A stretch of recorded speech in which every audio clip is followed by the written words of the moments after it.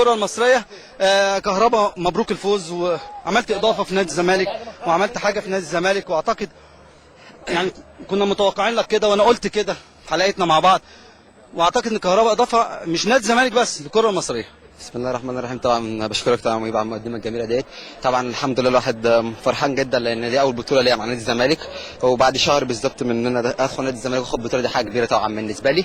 بشكر طبعا الجماهير نادي الزمالك اللي ساندتني كلها ان انا ابقى في المستوى دوت، وبشكر زمايلي طبعا والجهاز الفني، وبعد طبعا البطوله دي للجماهير طبعا كلها اللي وقفوا ورانا. الحمد لله ان احنا قدرنا نفرحهم. فرحان اسعد واحد في الدنيا.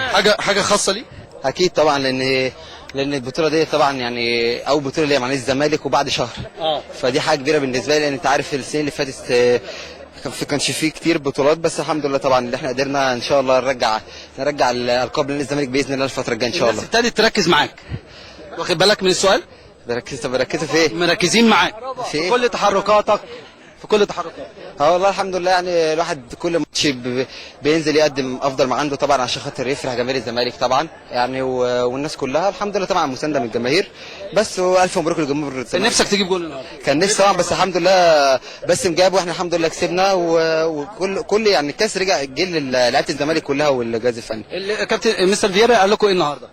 مفيش، قال لنا انزلوا العبوا لعبكم زي كل ماتش ومتعوا نفسيكم، والحمد لله قدرنا نعمل كده ونحافظ طبعا على الجونين، وقدرنا زي ما انت شايف طبعا احنا لعبنا كويس النهارده، والحمد لله ربنا كفينا طبعا. النهارده جماهير الزمالك وجماهير الاهلي، يعني جماهير الاهلي كانت بتندهلك وجماهير الزمالك كانت بتندهلك، فده يعني مش عارف بقى هل اثر على تركيزك النهارده ولا حفزك اكتر؟ اكيد طبعا حفزني، لان طبعا انا بلعب في نادي الزمالك طبعا، وطبعا يعني بشكر جمهور الزمالك طبعا اللي هو يناديني طبعا، والحمد لله طبعا يعني على الاداء. وبس في حاجه بس عايز اقولها، ان اخر الماتش ان في حسام عاشور جه شتمني بامي، وما ينفعش طبعا يكون هو كابتن النادي الاهلي ويجي يشتمني بامي وبعد كده جاي يضربني، وبس الحكم شاف كل ده طبعا، وهو لازم كهربا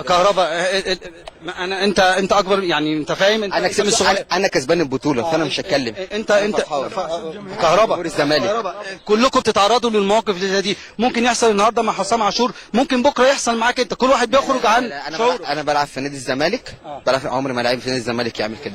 حبيبي مبروك. يعني ما كنتش حابب ان كهربا يقول الكلام ده، لكن متواصلين معاكم من ملعب بترو سبورت، ولحظات تتويج نادي الزمالك بالفوز بكأس مصر. وطبعا عندنا النهارده عريس اللقاء باسم مرسي نجم نادي الزمالك، ولقاء خاص بعد ثواني من دلوقتي على الهواء مباشرة من ملعب بترو سبورت. اعتقد هتبقى فرحة كبيرة جدا لباسم، اول اهدافه مع نادي الزمالك ببطولة وهدفين، فهيبقى شعوره اكيد متباين. خليكم قاعدين معانا، باسم مرسي نجم نادي الزمالك متواصل معانا على الهواء مباشرة، وكل لاعبي نادي الزمالك